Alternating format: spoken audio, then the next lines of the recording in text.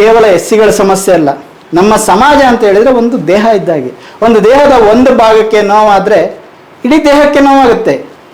ಒಂದು ಕಾಲು ಬೆರಳು ಒಂದು ಕೈ ಬೆರಳಿಗೋ ಗಾಯ ಆದರೆ ಇಡೀ ದೇಹಕ್ಕೆ ನೋವಾಗುತ್ತೆ. ಹಾಗೆ ಇರಬೇಕು ನಾವು, ಒಂದು ಸಮಾಜ ಅಂದರೆ ಕನೆಕ್ಟೆಡ್ ಆಗಿ ಇರಬೇಕಾಗತ್ತೆ. ಯಾಕೆ ಈ ರೀತಿಯ ಒಂದು ಸಮಸ್ಯೆ ಆಗಿದೆ ಅಂತೇಳಿ ನಾವು ಕೂಡ ತಳಮಳ ಆಗಬೇಕಾಗತ್ತೆ, ನಾವು ಕೂಡ ಆತಂಕಕ್ಕೆ ಒಳಗಾಗಬೇಕಾಗತ್ತೆ. ಮತ್ತು ಅದಕ್ಕೆ ಪರಿಹಾರವಾಗಿ ಏನು ಮಾಡ್ಬೋದು ಅಂತ ನಾವು ಯೋಚನೆ ಮಾಡಬೇಕಾಗತ್ತೆ. ಸರ್ಕಾರಗಳ ಮೇಲೆ ಒತ್ತಡ ತರಬೇಕಾಗತ್ತೆ. ಆ ರೀತಿಯ ಒಂದು ಒತ್ತಡ ಸರ್ಕಾರದ ಮೇಲೆ ಕ್ರಿಯೇಟ್ ಆಗಲಿ.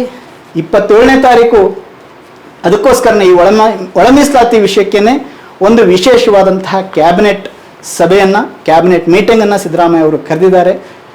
ನನ್ನ ಕೊನೆಯ ರಿಕ್ವೆಸ್ಟ್ ಇಷ್ಟೇ, ಎಲ್ಲರಿಗೂ ಅವರವರಿಗೆ ಸಮಾಧಾನ ಆಗೋ ರೀತಿಯಲ್ಲಿ ಹಂಚಿ, ಅದು ರೋಸ್ಟರ್ ಸಿಸ್ಟಮಲ್ಲಿ, ರೋಸ್ಟರ್ ಬಿಂದುಗಳಲ್ಲಿ ಇರ್ಬೋದು, ಒಂದಷ್ಟು ಹೆಚ್ಚು ಕಡಿಮೆ ಆಗುತ್ತೆ, ತೊಂದರೆ ಇಲ್ಲ, ಆದರೆ ಜಾರಿ ಮಾಡಿ.